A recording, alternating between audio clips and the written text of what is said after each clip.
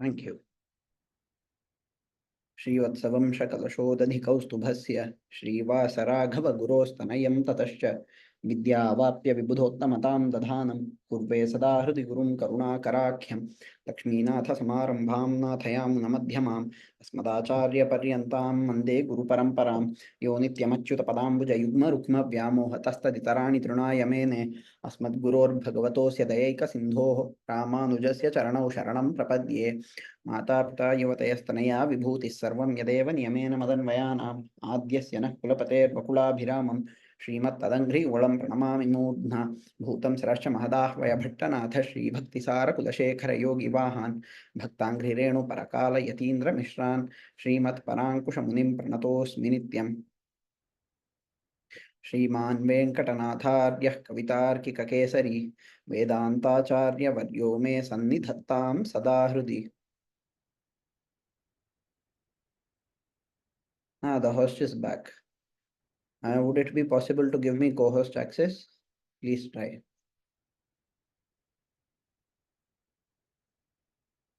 Can you check now, Acharya? Yes, now it is working. Okay. Very quickly. Slideshow. So, in the previous lecture, we were seeing about bhakti. How should it be shown to Bhagavan?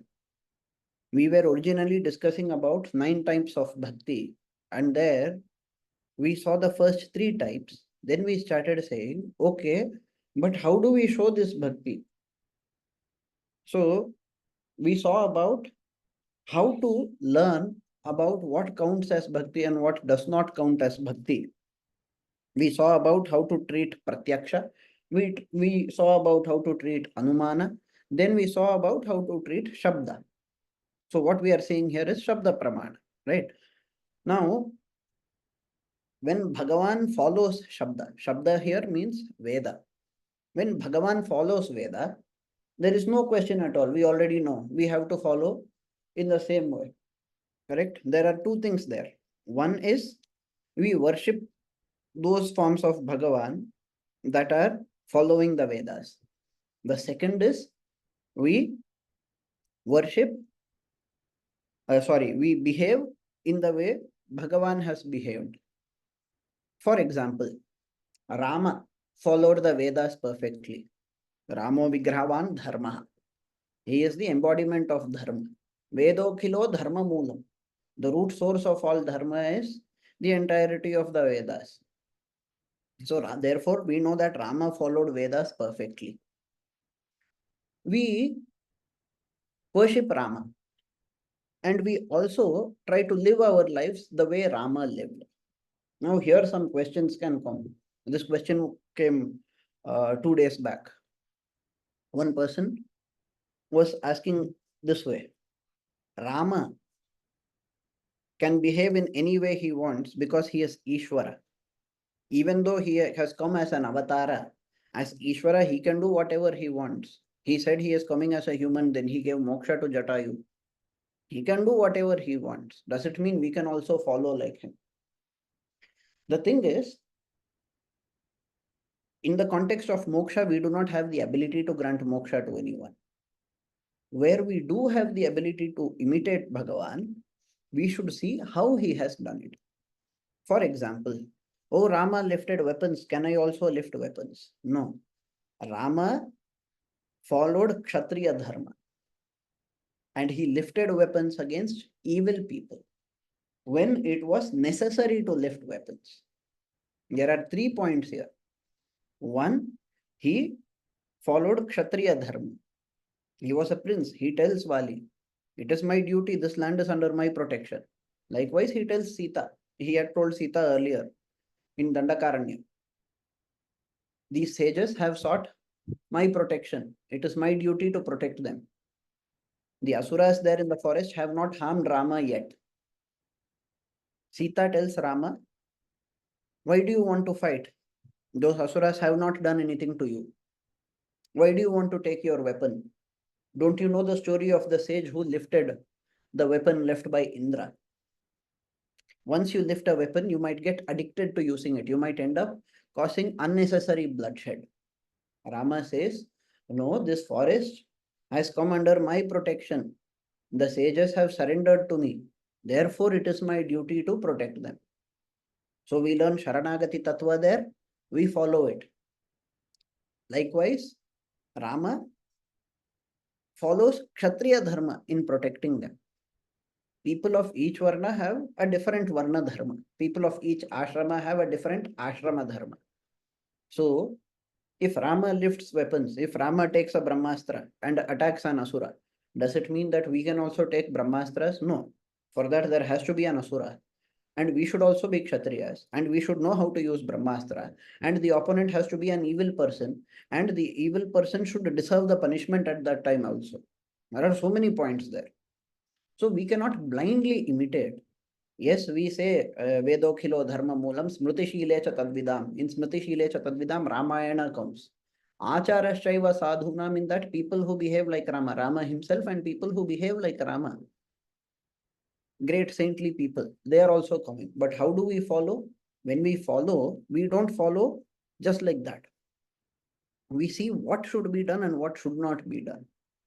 Correct? Anukulyasya sankalpaha pratikulyasya varjanam. How does it work? It doesn't work through blind imitation. It works through careful observation. Now, this is not about general practice. We are talking about bhakti specifically here. So, when Bhagavan follows the Vedas, we worship those forms. We seek those forms that follow the Vedas and give us moksha. What do you mean by Bhagavan follows the Veda? Bhagavan is the one who revealed the Veda. Is Veda superior or is Bhagavan superior? Bhagavan is only superior. Veda is not superior to Bhagavan. Veda did not create, protect, destroy, whatever. All of that is done by Bhagavan only. Yet, Veda, that is Nitya, has been revealed to us by the grace of Bhagavan for our benefit. So, whatever Veda says is for our benefit. When Bhagavan is following the Vedas, following that Bhagavan who follows the Vedas will give us benefit. Showing bhakti to those forms of Bhagavan that follow the Veda will give us benefit. If I start worshipping Mohini, it might be a totally different kind of a bhakti. If I worship Rama, that is a totally different kind. We see so many temples of Rama, right? There are cases where Bhagavan did not appear to follow. Of course, that question was also addressed. Does Bhagavan really go against the Vedas? He doesn't go, but once in a while he performs these kinds of leelas. When he came as Mohini, it was a leela. Speaking lies, cheating people, all of that is wrong as per the Vedas. He literally enticed the Asuras with the beautiful form of a woman. That is what he did when he came as Mohini. Yet it was dharma.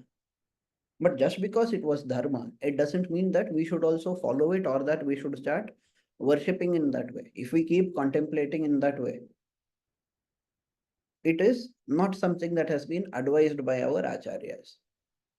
So, Bhagavan, who is Shubha and who is Ashraya, that nature of Bhagavan, where it is the most sattvic, where it is able to offer moksha. How do we know? We see the avatars. Rama offered moksha. We know that. Krishna has offered moksha. We worship those forms. Those forms which give blessings, which give moksha, they are all sattvic. Go ahead and worship them. The others are also Bhagavan. Respect them. But if you keep contemplating on them, what will you get? There are different ways to contemplate, right? If I keep contemplating on Parashurama killing Kshatriyas, what will my mind be driven towards? That is something that we should think about. So, whether or not he appears to be following Shabda, he is Bhagavan only, he is superior only. Yet, when he is directly following the Shabda, we follow. When he is indirectly following the Shabda, like in the case of Mohini, we do not recommend it. We say it is, see, you realize that he is Bhagavan, you understand that he is the one who came in that form, all of that is great. But when you are showing bhakti, how are you going to do? We said Shravanam. You listen to it as Vishnu coming and performing the Leela, it is perfect. If you just hear about it as some woman going and cheating the asuras, that might not be so appropriate, right? So the element should be there. Who are we worshipping? What is really happening? That is why in the shloka we saw Prahlada says Shravanam Kirtanam. He could have immediately said Smaranam. What is there in the shloka? Shravanam Kirtanam Vishnoho Smaranam Padasevanam. So we have to do Shravana of Vishnu. What is Shravana? We said Shravana is listening to Swarupa, Rupa, Guna, Vibhuti, these kinds of attributes of Bhagavan. What is his nature? His all auspicious nature, his flawless nature, his auspicious forms, his auspicious qualities, his fundamental nature as the Shariri, as the Antaryami, and so on. Okay. His auspicious forms, then his auspicious qualities, various auspicious qualities. He has every auspicious quality. So in this manner, when we listen to it, that is a way to show bhakti.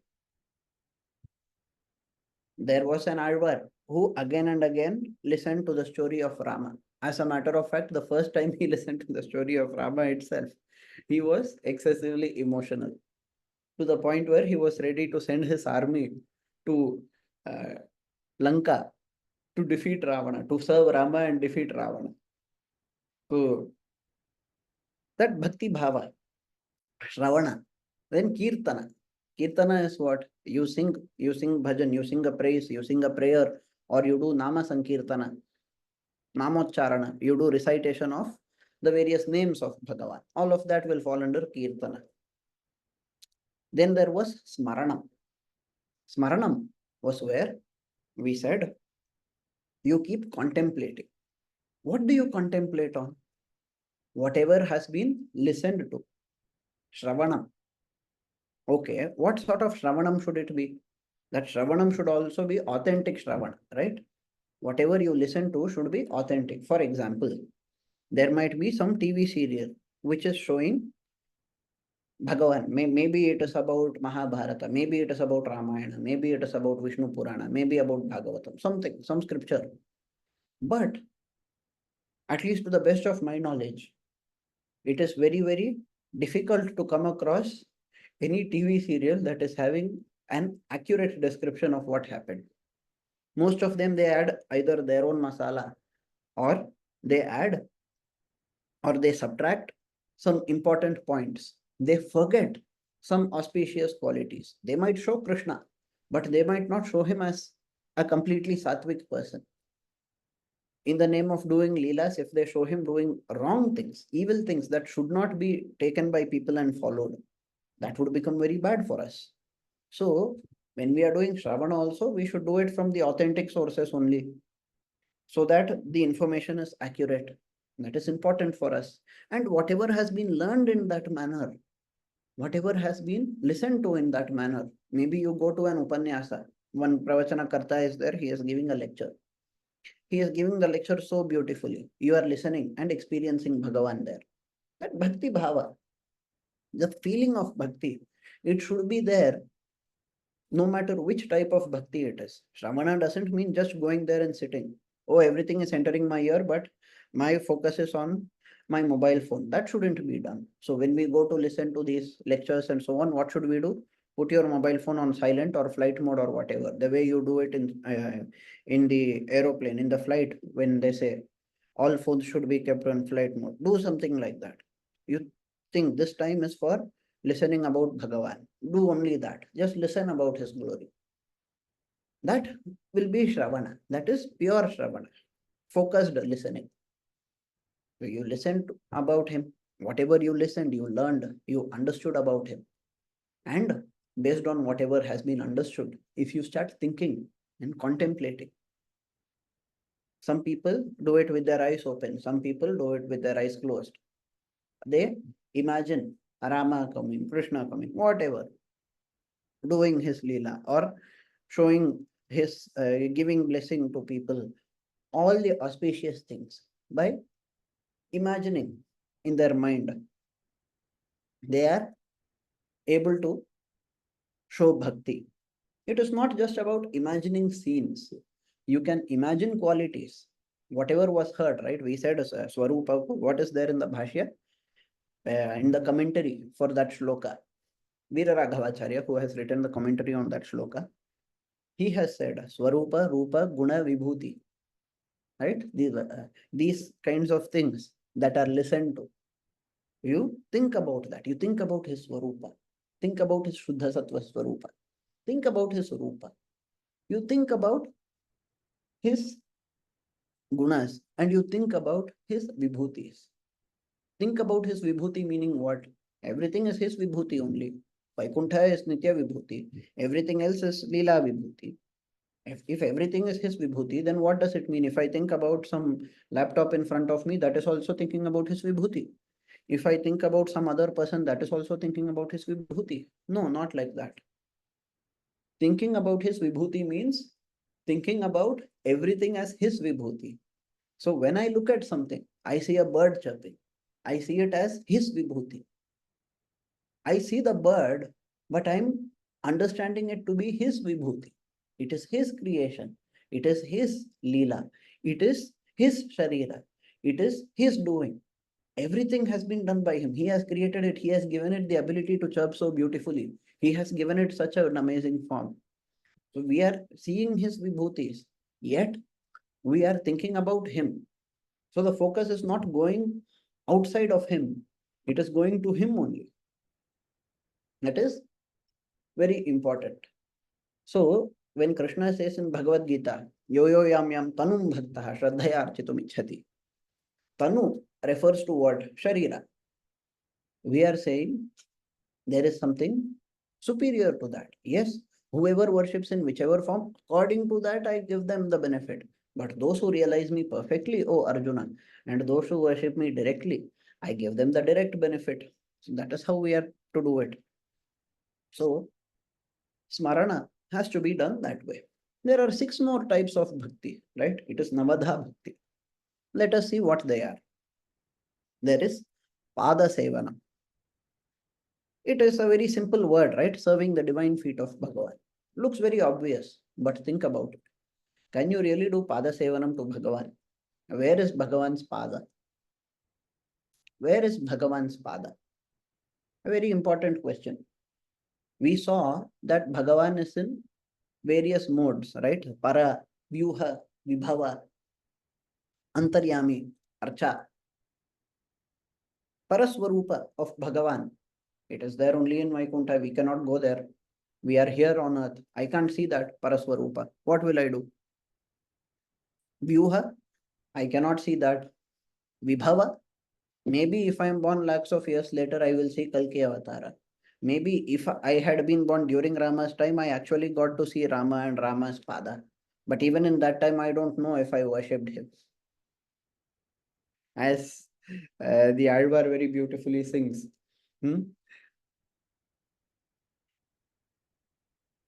I had nothing other than you, and yet I did not seek your feet. Parillin Padamulam Patrilayan Paramamurti. He says, I should have come, but I did not. Now I'm crying out of Bhakti Bhava. Now we should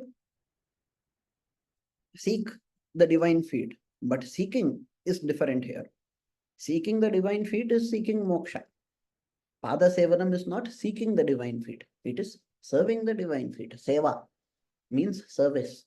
So we cannot do service to Para, we cannot do service to Vyuha, we cannot do service to Vibhava because those avatars came and went. Next avatar is not going to come anytime in the near future. If at all Bhagavan comes to bless somebody, I don't know when Bhagavan is coming, in which form he is coming. I have no idea. Maybe the neighbor next to me is such a saintly person that Bhagavan comes and gives a blessing and goes away. But if I don't know, what will I do? There is Bhagavan as Antaryami also. But he is Antaryami. I can't see his head or hands or feet. The only way to do Pada Sevana is,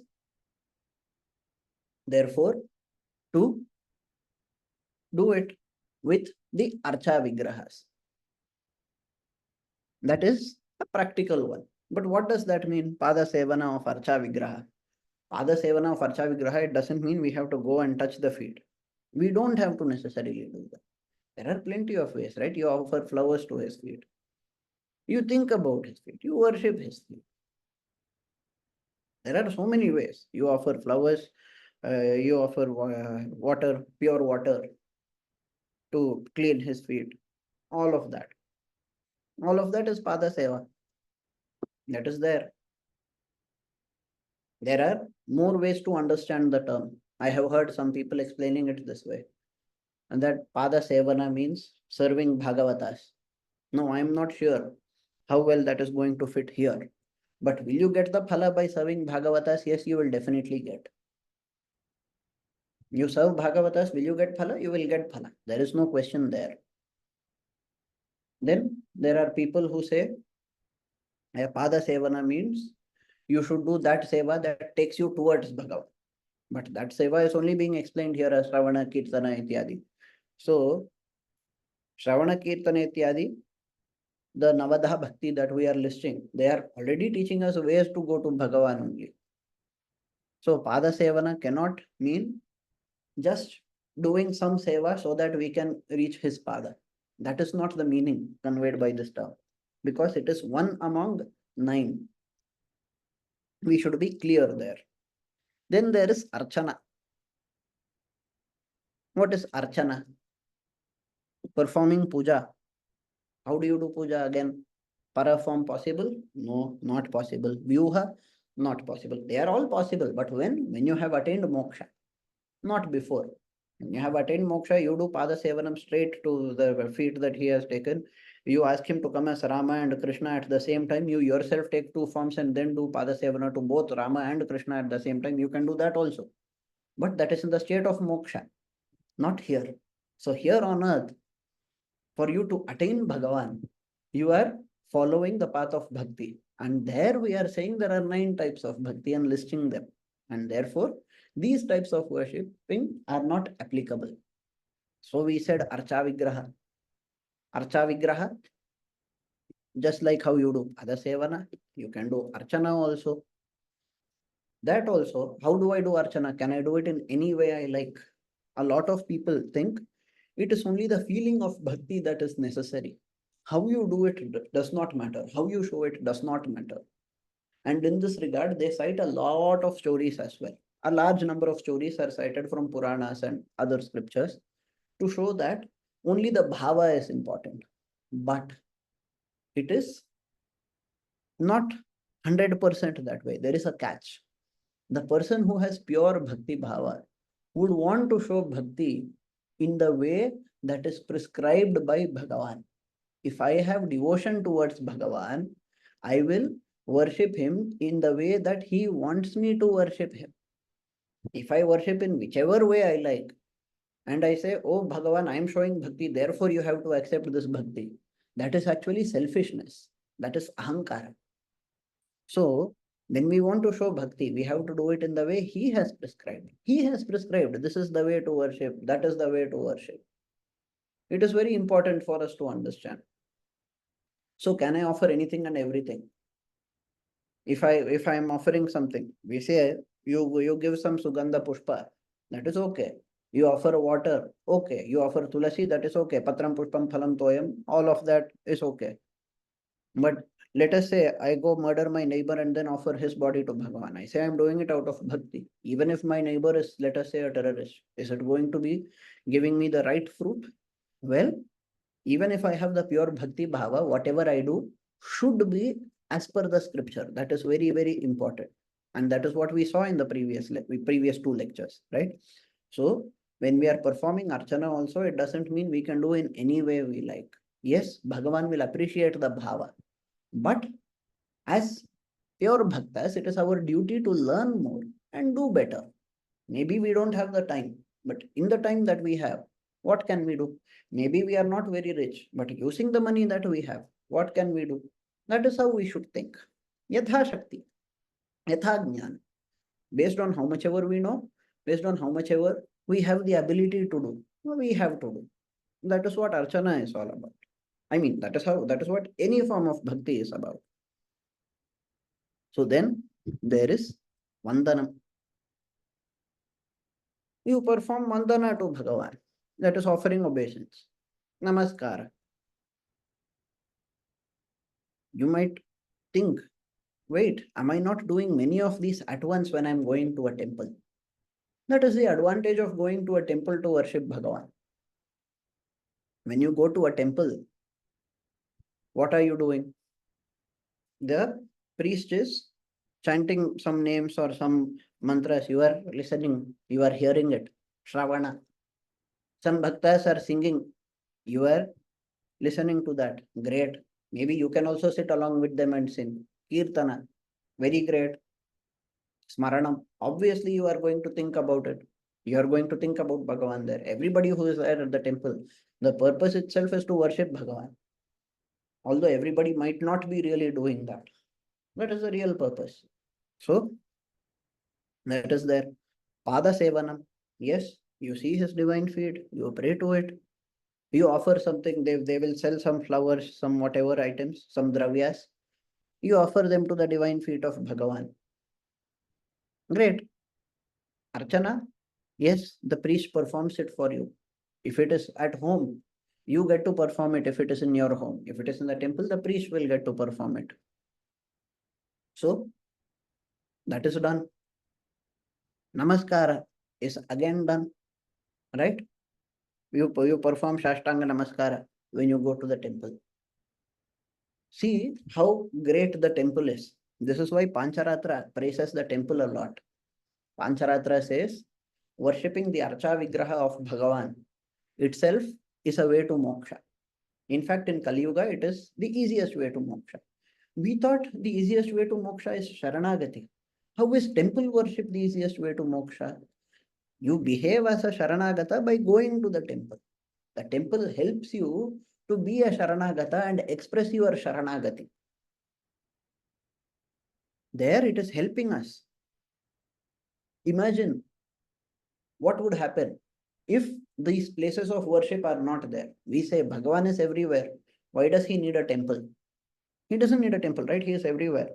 I think some few weeks back, one lecture was given here only on Thursday. I had given a lecture on the importance of temple worship. So this part was covered. Why should we have temples at all for Bhagavan? It is easy to ask, but it is Bhagavan's will. The first point is that it is Bhagavan's will. Some of the Vigrahas are Swayambhus. He himself came. Then he himself taught us how to worship him. He gave us the Agama Shastras. Therefore, and see, this is not even restricted to Vaishnavism. Even the Shaivas believe in the same thing. Shiva came and revealed the Shaiva Agamas. Vishnu came and revealed the Vaishnava Agamas. As Vaishnavas, we Vishishtadvaitin will follow the Vaishnava Agamas. So, at the end of the day, he himself has told us this procedure, and it is a very easy way. It is not a difficult thing. And it gives us lots of benefits to us. People get physical benefit. They say, oh, you circle the temple, you lose calories. That is not the purpose of going to the temple. But yes, you get that also as a side benefit. Then people say, you get mental peace. You sit there. Some cosmic waves will come and help you. They are not cosmic waves coming and helping. You get mental peace by going and sitting in the ambience of a temple. That is a mental benefit. You don't need some cosmic waves to come and help you there. It is a mental benefit. There are plenty of people who don't go to temples and still get the same benefit. They still get mental peace. At home itself, they sit and they pray to Bhagavan and they still get the same benefit. How are they able to get it? It is not about waves and it is not about the construction. The construction of a temple is not really meant to produce certain types of waves. The construction of a temple is done because Bhagavan has prescribed it to be so. He says, you put this here, you put this there. There is some tatparya to it. Yes, there are reasons, but those reasons do not have to do with some wavelength or frequency. We don't have to unnecessarily force fit science inside the topic of Bhagavan, because where there is Bhagavan, the topic is beyond the realm of science. Where there is Atma, Paramatma, and so on, science cannot help us that much. Vedavyasa said, Shastra Yonitvat, Shastra alone is the Pramana. to understand Bhagavan. Adi Shankaracharya also said the same thing because Vyasa has said it. How can we disagree? Ramanujacharya also said the same thing because Vyasa has said this. How can we disagree? What Vyasa has said is accepted. So, when the Brahma Sutra says, what is the real proof of there being Bhagavan? You cannot really establish him by using these kinds of petty techniques like science, because science depends on our ability to perceive. Our ability to perceive gives pratyaksha jnana. Pratyaksha jnana, when assessed, gives you anumana, logical reasoning. But we are limited people. Our brain is limited. Our sense organs are limited. Our minds are limited. Everything is limited for us. Therefore, we should not judge based on our limited understanding. This is the real teaching in all the stories where bhakti is shown imperfectly by a bhakta and Bhagavan still rewards that bhakta. What is really happening? What is the teaching of the story? The teaching is, do not be quick to judge based on your limited understanding. So let us say, for example, there is a priest who misunderstands a bhakta. There are many such stories of temple priests misunderstanding bhaktas. And then Bhagavan saying, no, he is a greater bhakta than you, whatever, something like that. The point is that you should not judge another person's bhakti. The point is, you should not judge unless it is 100% clear. If the person is coming and literally raising the temple, it's a different thing. If the person comes and speaks absolute nonsense, absolutely horrible things, it's a different thing. A question might be raised, right? How did Ramanujacharya judge Yadava Prakasha's statement? Well, whatever Yadava Prakasha said was literally insultful to Bhagavan. If you really say that Bhagavan's lotus eyes resemble the buttocks of a monkey, anybody will cry. Any bhakta will cry. If you say that this is a fact, why will we not cry? We will definitely cry. So the point is, even bhaktas who do not like the story in Narada Pancharatra, which might have been discussed in the earlier classes by us. The priest who was saying Vishnaya Namaha instead of Vishnave Namaha, he was doing Kirtana, right? Shravanam Kirtanam Vishnu. Yeah, under Kirtana we said there is Namocharana. Namocharana is a way of worship. He is worshipping Bhagavan by saying Vishnaya Namaha, which is incorrect Sanskrit. Yes, it is incorrect. There is nothing wrong in teaching him. But how should we teach him? We should teach him without judging his bhakti there. Maybe he has pure bhakti. And unfortunately, he does not have the appropriate knowledge of Sanskrit. So what should we do? With very great respect, we should tell him, we fully appreciate what you are doing. Bhagavan will definitely reciprocate for your bhakti bhava. But if you recite in pure Sanskrit, the phala that you receive would be even more. That there is a way to teach people who are wrong. That is what is really taught there. But forgetting this essence, many people think just having bhakti bhava is enough. It doesn't matter how you show bhakti to Bhagavan. Just having the feeling of bhakti is enough. That is untrue. Bhakti should also be only as per the rules laid down by scriptures. This is explained in Narada Bhakti Sutras and so on. This is well explained in many scriptures, that whatever bhakti you have should be as per the scripture. That is why Bhagavan also said, Agnya Chedi Mama Drohi. He said, Shruti Smriti Mamai Vagnya Yahta Mullangya Vartate Agnya Chedi Mama Drohi Mad Bhaktopi Na Vaishnavaha. The Shrutis and Smritis, the Vedas, Itihasa, Purana, Dharma Shastra, all of them. What do they contain? They contain the commands given by me only. Yahatam Langhya Vartate. He who ignores all of them and behaves in an absolutely different way. That fellow, that Agnya Chedi, the one who is breaking those commands, is a betrayer of me. Mama Drohi.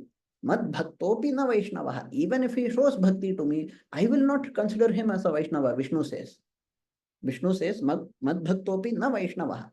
Even if he is my bhakta, even if he shows bhakti to me, I will not consider him to me my devotee. He might be thinking, oh, I am a temple priest, I am worshipping him every day, I am performing Sandhya Vandana 3 times a day, I am doing this, I am doing that, I am showing so much bhakti. But no, if you are doing it in the way that is not prescribed by scripture, you can fool the world, but you cannot fool Bhagavan. You can fool yourself, but you cannot fool Bhagavan. So you should not fool yourself, you should be truthful to yourself. And if you are truthful to yourself, you will try to improve and do perfectly, at least to the best of your qualification. Maybe you don't have gurus to teach you, but whatever you learn, based on that you do. You be righteous. That is very important. Showing off to the world is not important. What are we going to gain by showing off to the world? Whatever respect we get here, after this life ends, everything will end. Whatever money we get here, whenever this life ends, that will also end. The only thing we are going to carry forward after this life is karma. And we don't want to carry forward that also. That is why we are surrendering to Bhagavan. That is why we are praying to him. What is the purpose of all of this bhakti? To attain moksha, to get out of the cycle of births and deaths. Get out of it. Iha samsare bahudustare kripaya pare pahi murare. You go and surrender to him. You surrender to Murari.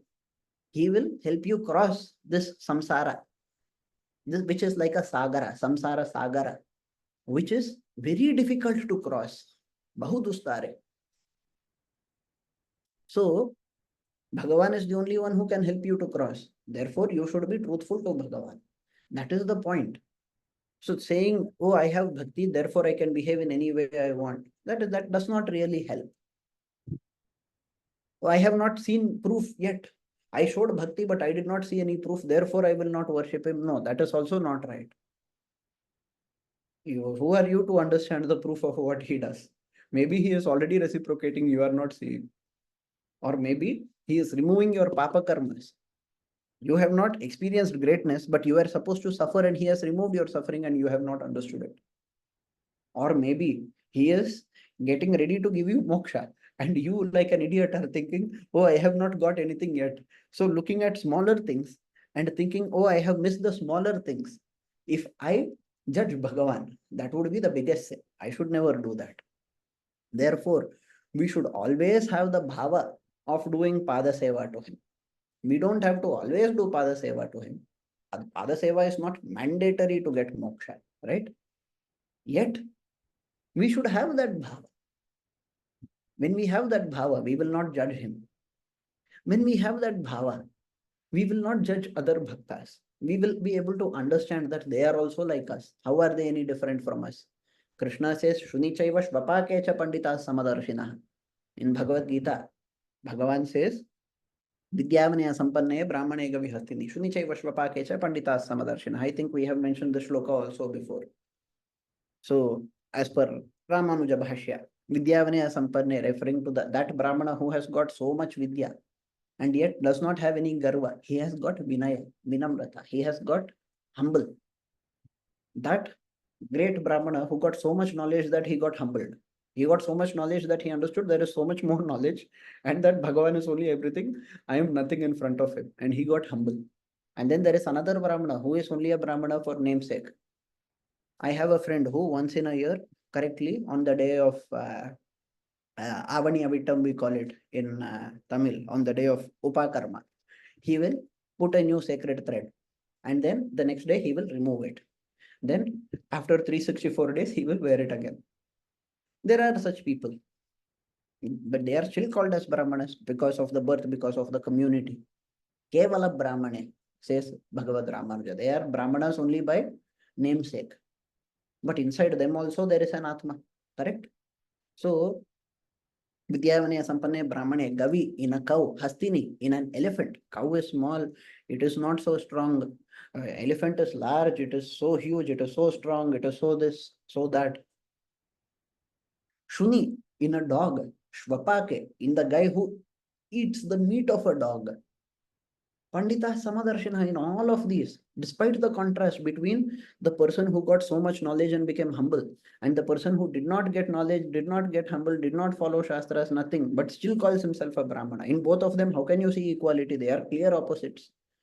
Can you ever equate a cow with an elephant? And the elephant can literally go to battle and kill 1000 soldiers. Can a cow do that? Can you ever equate the dog with the man who hunts and eats the dog? How is that even possible? He says, Panditas Samadarshinaha, Krishna says, it is not the Sharira that they are focusing on. It is the Atma. Samadarshana, that yes, they are also Jivas only. They are all Jivas. They are all Bhagavat Shariras. They are all Bhagavat Sheshas. That Bhava should be there. Correct? So a person who has that kind of bhava will find it easy to do bhakti, and a person who has pure bhakti will very easily get that bhava. It works both ways. So we do vandana to Bhagavan. What are the other ways? Shravanam, Kirtanam, Vishnu, Smaranam, Pada Sevanam, Archanam, Mandanam, Dasyam. Dasya. Observe here in the slide, I have written for Dasyam as realization of being his servant.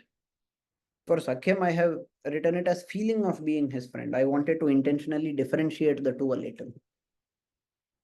Because we are his dasas. So, we realizing that we are his servants in our mind, speaking the way a servant would speak to the Lord. In that way, we should speak to him. Behaving, our behavior should also be like that. That is dasyam. In thoughts, words, and actions, we behave as his servants. He is Krishna. Who am I? I am Krishna's servant. He is Bhagavan. Who am I? I am Bhagavad Dasa. I am Bhagavata Dasa. I am Dasanu Dasa. That Dasya Bhava should be there. Okay, but is Dasya Bhava necessary no matter which other type of bhakti you are showing? No, not like that. There is also another type. What is that? It is the feeling of being a friend. How can you have all of these at once? Pada Seva, the way Lakshmi does, I cannot do. But Dasya is something that I can do. I can still try. Correct? There is also the bhava of being his friend. But have you ever wondered why this is not highlighted so easily by Acharyas? Acharyas always talk about Dasya Bhav. They do not talk about friendship. They talk about servitude. Is there a reason why? Is having a feeling of friendship towards Bhagavan wrong? It is not wrong. But when is it correct has to be understood by us. Great saints who believe him to be their friend and behave that way. They behave that way without any ego. They get the benefit. Is it given anywhere? Do we have any example of a person treating Bhagavan as a friend and getting benefits? Yes. Who? Sugriva. Sugriva did not see Rama as a Swami. Hanuman saw Rama as a Swami. Hanuman had Dasya Bhav. Sugriva had Mitra Bhava. Yet, Sugriva also got the phala. So, that feeling is fine. Bhagavan is fine if you think of him as a friend. But if you think of him as a friend, it doesn't mean you should force him to do what you like. I, being an adharmic person, if I think, oh, Bhagavan is also, this was literally a question that was asked to me. I'm not sure if I have mentioned it in any previous class, but one person asked me, can I imagine myself going to the movie theater and sitting along with Bhagavan and watching a movie? This was a question that was asked. Is that bhakti bhava? Sakya bhava is mentioned in scriptures, no? It is mentioned you can imagine him to be your friend. If he is my friend, will he not come with me to the movie? The good friend is one who tells you if you're a student, go and study. Don't waste your money on movies. If you have graduated, then do work. Don't skip office and go waste time with a movie. If you have that much free time, then go learn the scripture, do bhakti, you improve your atma. Bhagavan is, even when he is to be seen as a friend, he should be seen as a dharmic friend. How dharmic is Bhagavan? Bhagavan is only dharma. Correct? Dharmo dharma viduttamaha. In Vishnu Sahasranama we say. So Bhagavan himself is called dharma. Achara prabhavo dharmo dharmasya prabhurachyutaha. The greatest of all acharanas, the greatest of all the acharas is dharma. And who is the Prabhu of dharma? Achara prabhavo dharmo. The Prabhu of achara is dharma. And the Prabhu of dharma is achyuta.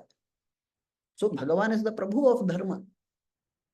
Even if he is your friend, he is still the Prabhu of dharma. He is Or let us see it this way. He is your friend, but he is also a friend of dharma.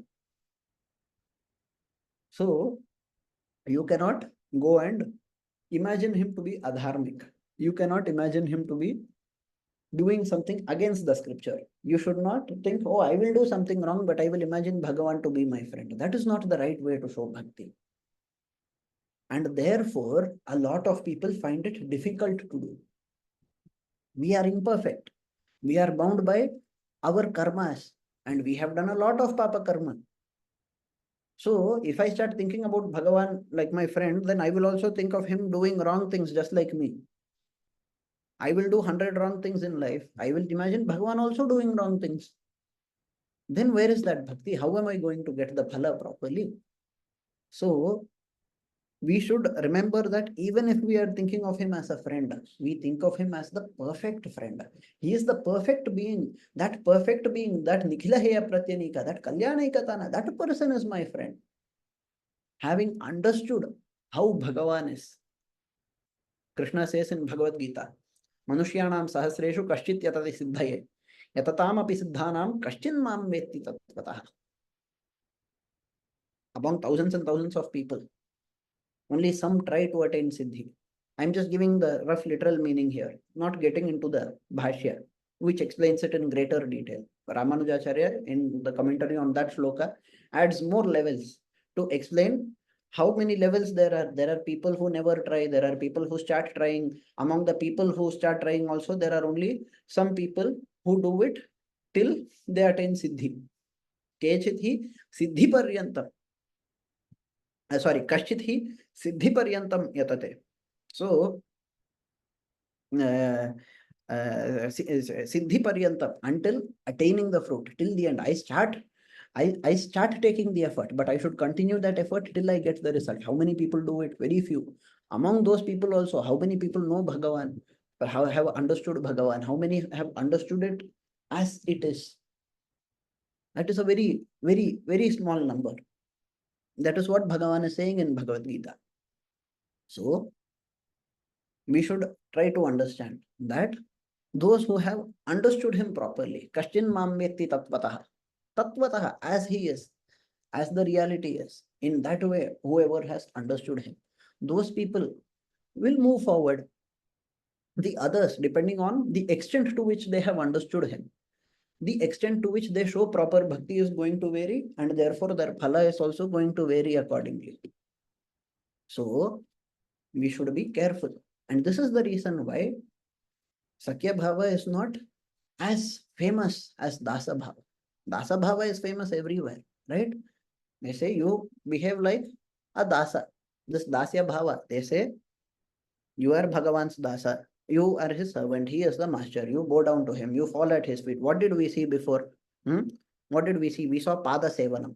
Do you do Pada Sevana to your friend? You do it to a very respectable person. You see Ramayana. When Vishwamitra comes, they will do Pada Sevana. When a great sage comes, they will do Pada Sevana. You do it to great people. You don't do it to people who are of your equal level, right? Who do you worship with puja? Who do you do vandana to? All of those are done with the bhava that he is superior to you. Okay, if Dasya Bhava is already present in Pada Sevana, Archana and Vandana, then why is it mentioned separately as another type of bhakti? Why should it be mentioned separately as another type of bhakti? The reason is that here you have the complete feeling of being Bhagavan's Dasa. It is not about performing Pada Sevana with Dasa Bhava. It is about having that Dasya Bhava at all points of time. Whether I am doing Pada Sevana or whether I am doing something else, at all points of time, if I have that Bhava, that I am a Dasa, that is what is being mentioned here. Then we saw Sakya Bhava. So, the feeling of being a Sakha, that is there. And then there is a last type, Atma Nivedana, the feeling of completely having offered everything. What is everything? What is everything? There is Ahankara and Mamakara, no? I have this, I have that, I have this, I have that. No, but I have offered everything. There is a level above that. Who am I to offer these? These are already his only. What do I have? I have nothing other than myself. Let me offer myself to Bhagavan. There is a level above that also. Who am I to offer myself to Bhagavan? I don't own myself. It is Bhagavan who owns me. It is Bhagavan who owns me. He is already owning me. Not having realized it, I have wasted my time. We saw it a few lectures back. There was the shloka from Rahasyatrayasara that was cited. Manivara iva shaurer nitya hrudyopi jivaha. Kalushamatiravindhan kinkaratvaadhirajyam. Vidhiparinati bhedat vikshitastena kale guru parishadupanyam prapya gopayati swa. So, Manivara iva shaurer nitya hrudyopi jivaha. Despite having such an exalted position, Bhagavan is so kind to us, he so loves us so much, he keeps us so close to his heart. Yet, Kalushamati, due to Kalushamati, due to a polluted mind, what do? We leave that Kinkaratva that lordship over the kingdom of service to Bhagavan. We leave it. We forget.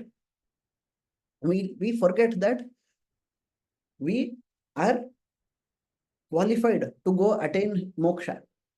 And we behave in whichever way we like. Instead of that, what should we do? We should realize that all this while I have done that. Like a prince who got lost in the forest. I got lost. But what should I do now? I have realized that I am the prince. I have realized that I have to return to the kingdom and become the Yuvaraja. It is my duty to protect the kingdom. If I remain in the forest as a hunter, maybe I will save 10 people. But if I return to the kingdom as the prince, I will be able to save the entire kingdom. When that big duty is there for me, how can I ignore that and do whatever nonsense I like?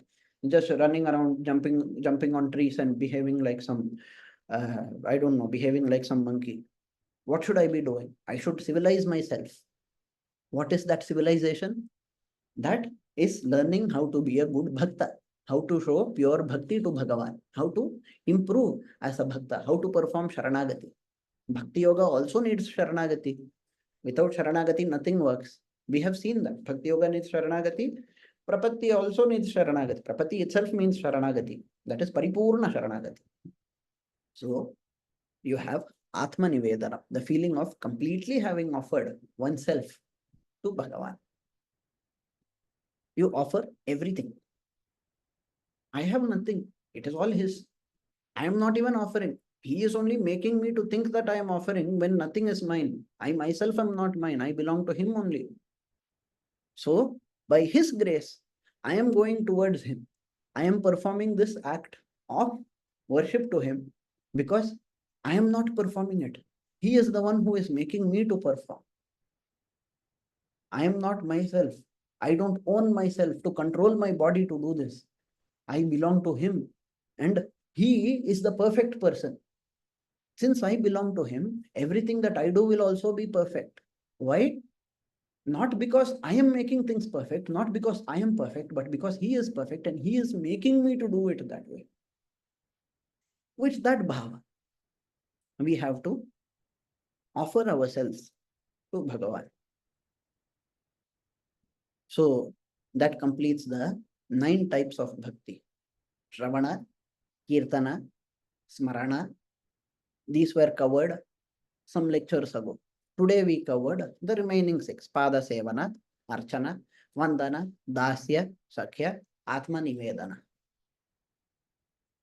So if you have a person who shows all of these, Prahlada says, he is the purest of the bhakta because he has realized everything that needs to be realized. Only a person who realizes what needs to be realized will do this. That is what is said by Prahlada in the shloka.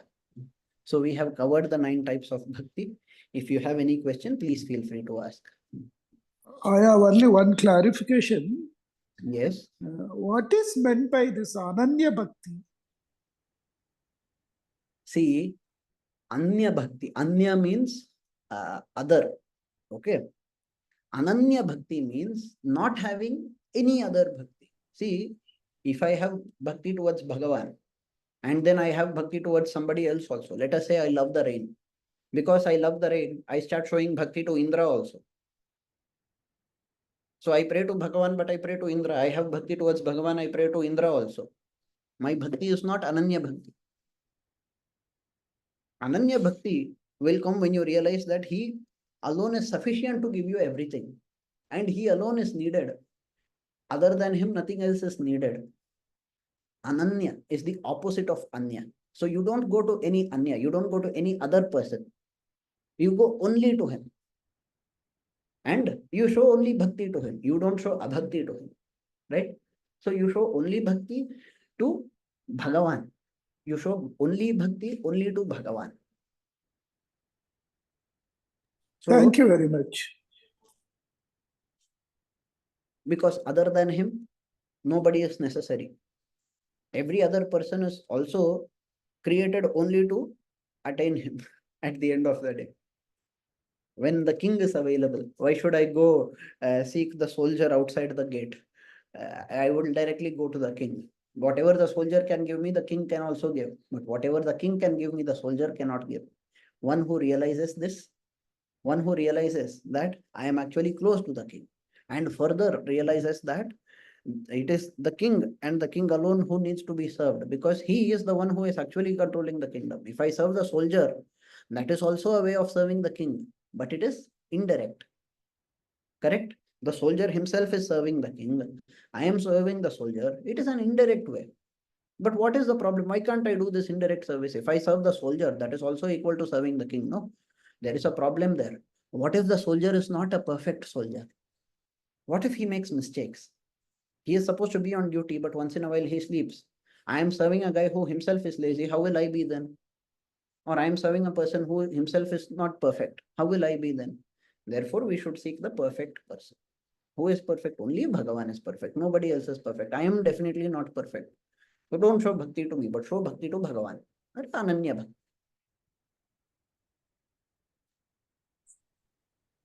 Veeraraghavacharya, this is Arun this side. Can you hear me?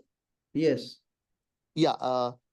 Which is Bhagavan's favorite in this Navavidha Bhakti? See, all of these are favorite to him.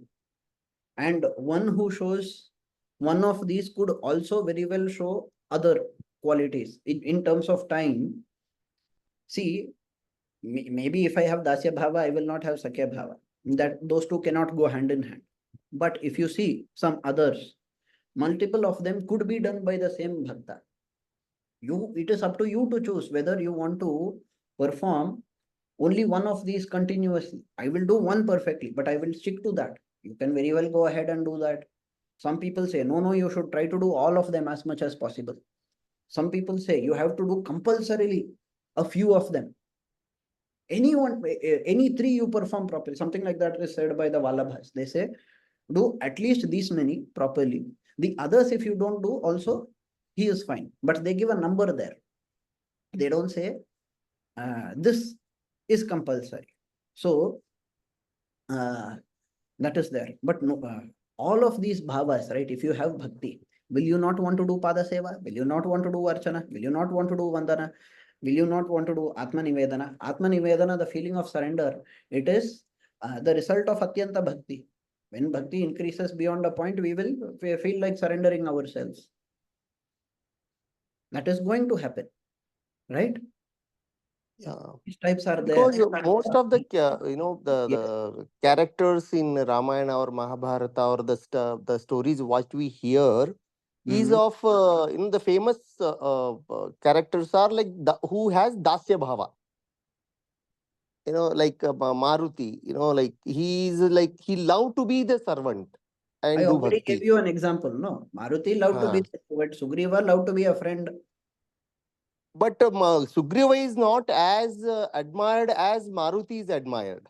That is because we cannot show Sakhya Bhava that easily. No, that is what I explained. It is, Okay. see, if I'm thinking of a person as a friend, I will treat him at Samabhava.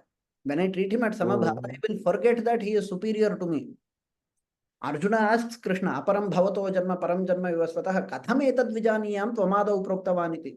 In the 4th chapter, Krishna says, oh Arjuna, whatever secret I am telling you, this was taught by me long before. I taught to Surya Deva, Surya taught to Manu, Manu taught to Ikshvaku, evam parampara praptam imam rajarshiyo vidu, sa kalineha mahata yogo nashtah parantapa.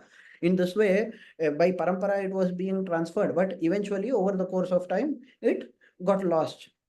Sa evayam maya tedya yoga prokta puratana. That yoga which was taught by me in those days is what is being again repeated.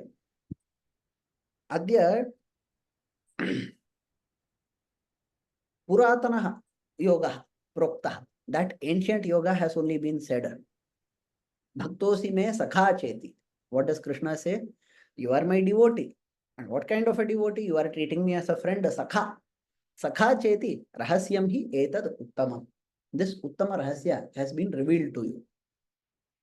Now Arjuna is sakha, but Arjuna does not understand Krishna perfectly. So what does Arjuna asks? He says, look, my janma happened some decades ago. Your janma happened some decades ago. How is it possible that Tvam Adav Proktavan? How is it possible that you spoke all of these in the beginning when there was Surya Deva and so on? Surya before the time of Manu and so on. How is it ever going to be possible? How is it possible? I don't remember anything. How is it possible that you remember so many things? Then Krishna says, oh Arjuna, I have spent many lives. You have also spent many lives. The difference between you and me is that I remember everything. You don't remember. Natvam metah parantapa, he says. So, having the feeling of friendship is allowed in bhakti, but you should have it perfectly. Otherwise, you will not understand Bhagavan.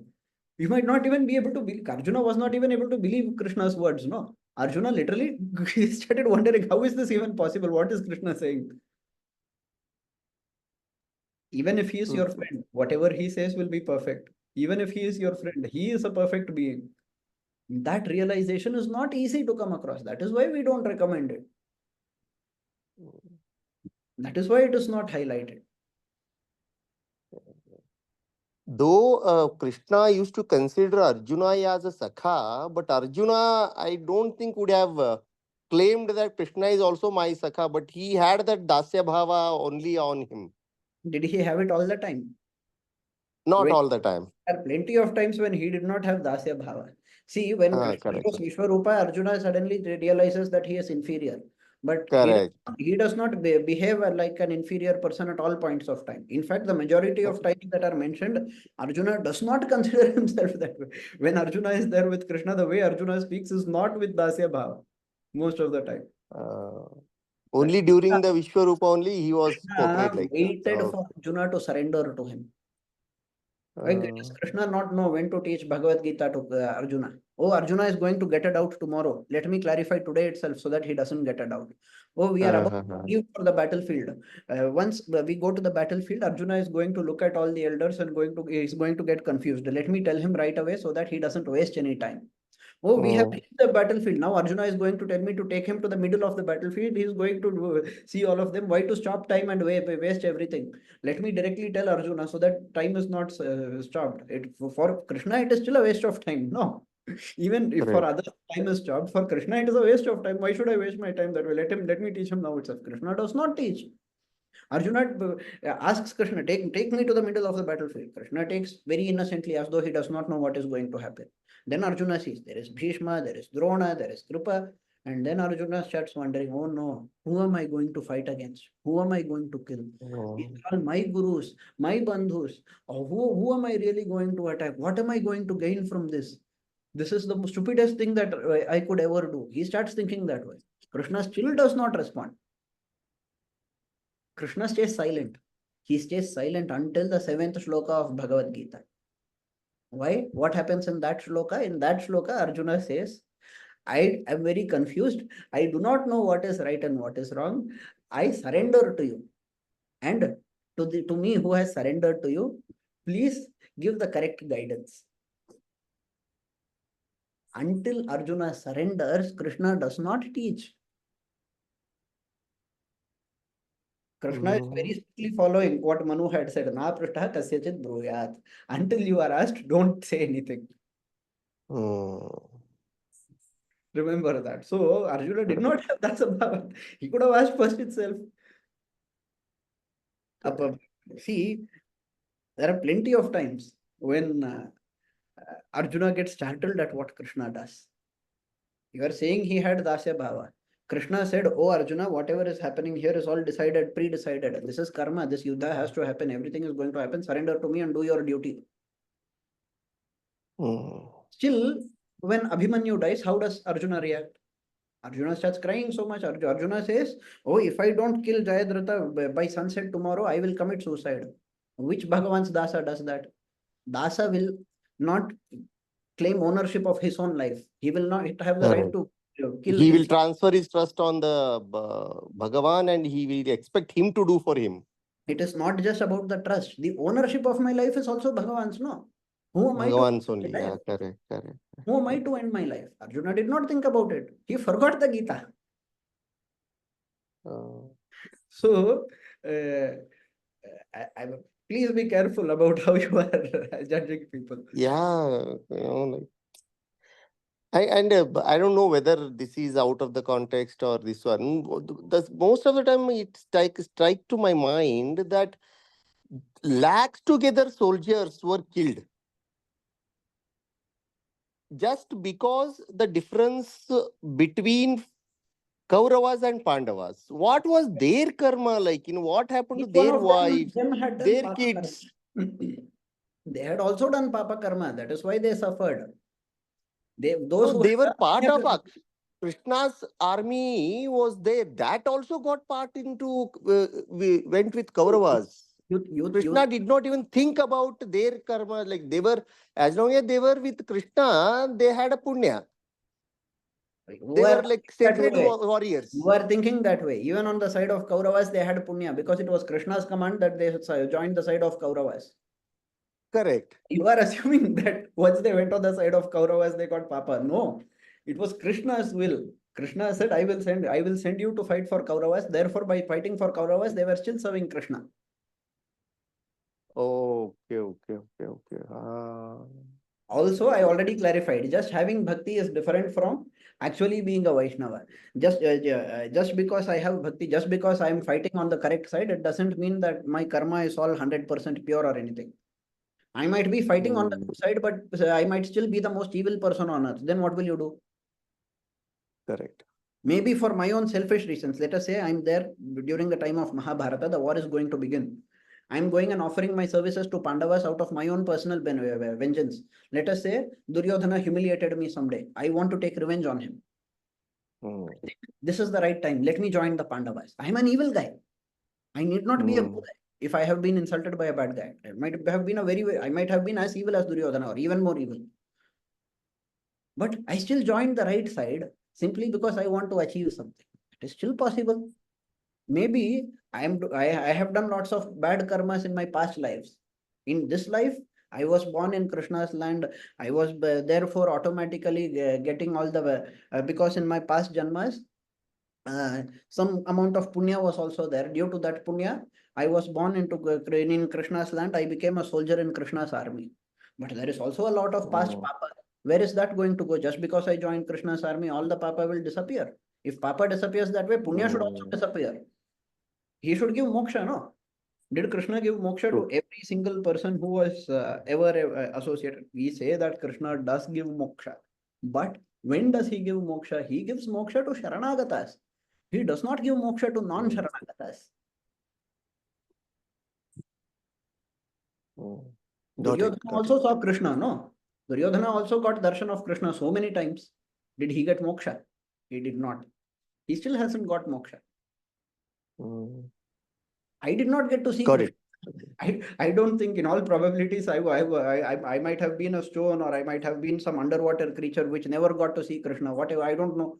Maybe I was in some other loka doing some other sin. I never came to earth during the lifetime of Krishna. Maybe I never saw him during the Avatara Kal. Yet I also have a chance to reach him by the end of this life itself. How? Through Sharanagati. Sharanagati is what makes all the difference. Seeing Krishna, being associated with him, being his friend, relative, this, that, all of that is different. Even devotion, only when added to Sharanagati, will give moksha. Got it. Thank you.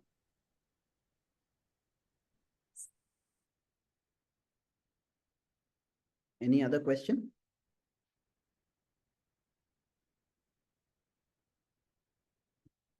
If there is none, we will conclude the class here.